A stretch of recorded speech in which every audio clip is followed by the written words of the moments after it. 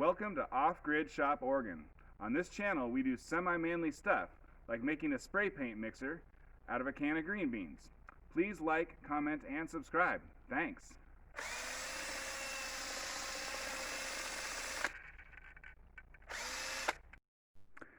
Alright, paint can mixer. I like green beans.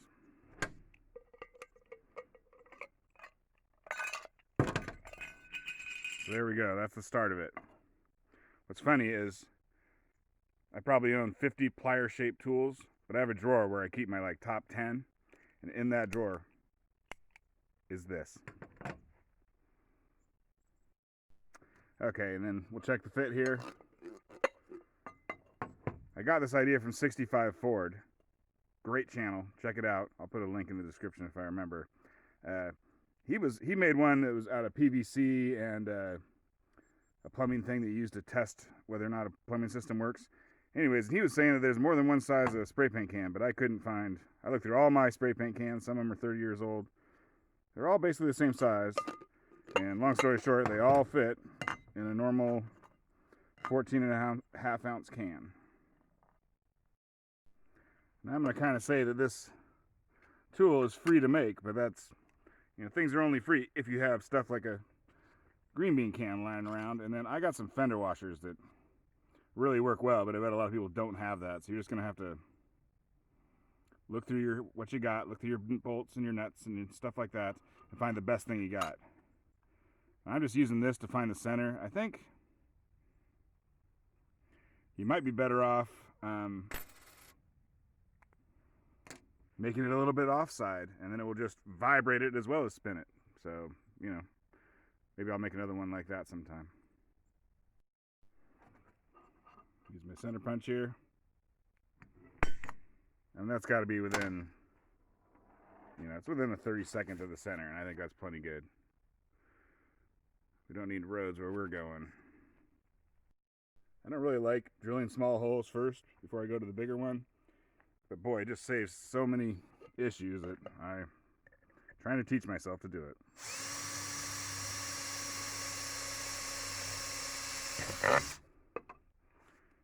So there's the small pilot hole. I think I want to I'm going to turn this into a washer, the lid that got cut out of there. So I'm going to do the same thing with it while I got the drill bit out. And there's ridges there, so you can kind of just take your washer and eyeball it onto the center of the ridges. And that, like I say, that should get you pretty close, probably within a 32nd or something. There's different ways you could do it. This is the way I'm doing it. And so now here, do not hold a piece of metal like this and drill it, because when the drill finally busts through the back, it's likely to flip that piece of metal around, and you can kind of see my thumb is messed up there. I mean, it was nasty when that happened. So drill small holes first, and then use pliers to hold the work part. Okay, so I'm going to drill a couple of the lids that came off of cans, and I can use them as washers.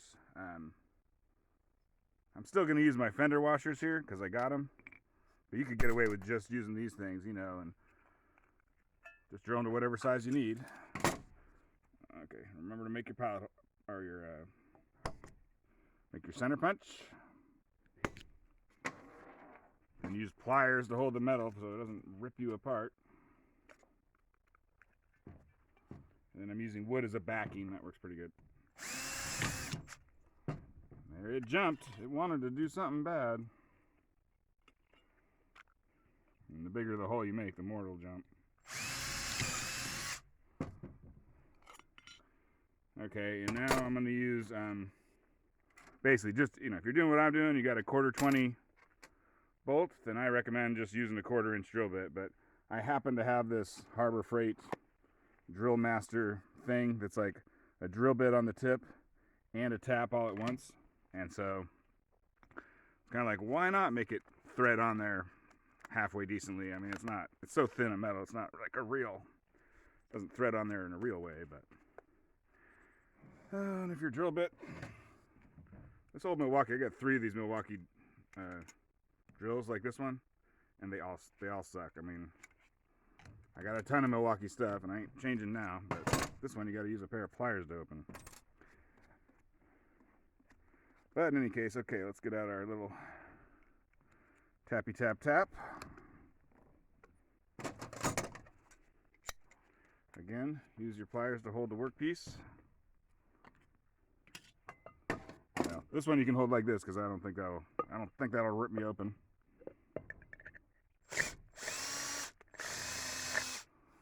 There you go. You know, I don't know if you could really even call that tap, but that's what I did. It works okay. One thing I like about these is I know that's the right size for a 1/4 inch bit because that's what it's made for.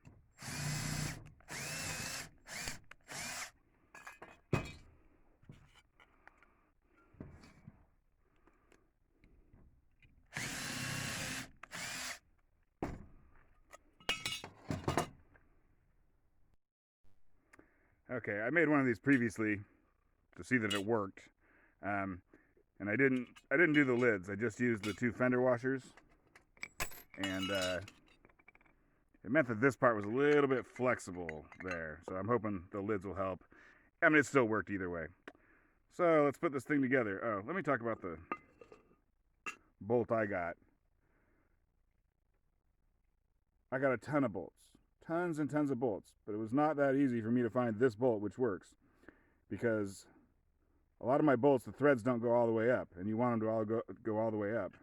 And the other thing is you're going to be putting this bolt in from the bottom, and so this thing has a little shoulder there, so I can use a socket on there, and it doesn't like fall into the socket. So if you got one of these, use it. Otherwise, you're just gonna, you might have to get out some needle nose pliers or something. It's kind of hard to work inside the can. But okay, let's put it together. I think I'm going to use the fender washers and the lids. And so the way I got it, it threads in there.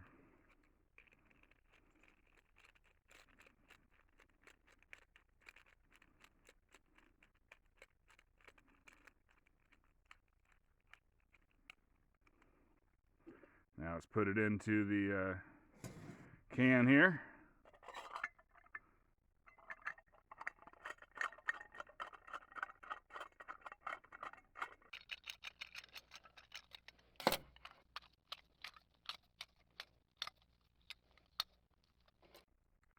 Alright, that's in there. Use our other lid here.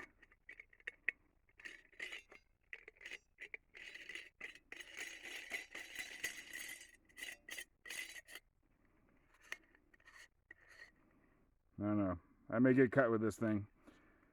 Whatever. If this thing ever cuts me, I'll either put tape around it, or I'll just remove that part, because I'm sure it'll make me mad.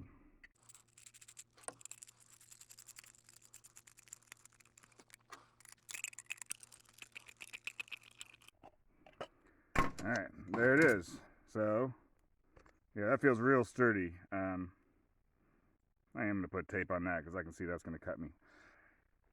I should have used the other one. The other one had a nicer edge. So, something SixtyFiveFord said that I didn't test, but I'm sure he's right. Is he says you want to get your drill chuck all the way up on there. If for some reason you have like a long bolt, you want to cut it off. You don't want to be putting the drill out. You don't want the drill chuck out here doing it because it's just going to cause problems. So let's put this thing in the drill chuck here.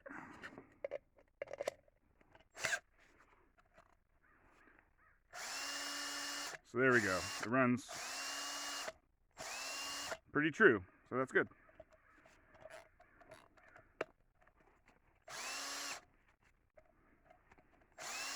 Let's throw a can in it. So there's different ways you can do it. If you go like this, the can's going to fall out. So you can just tip it up a little bit.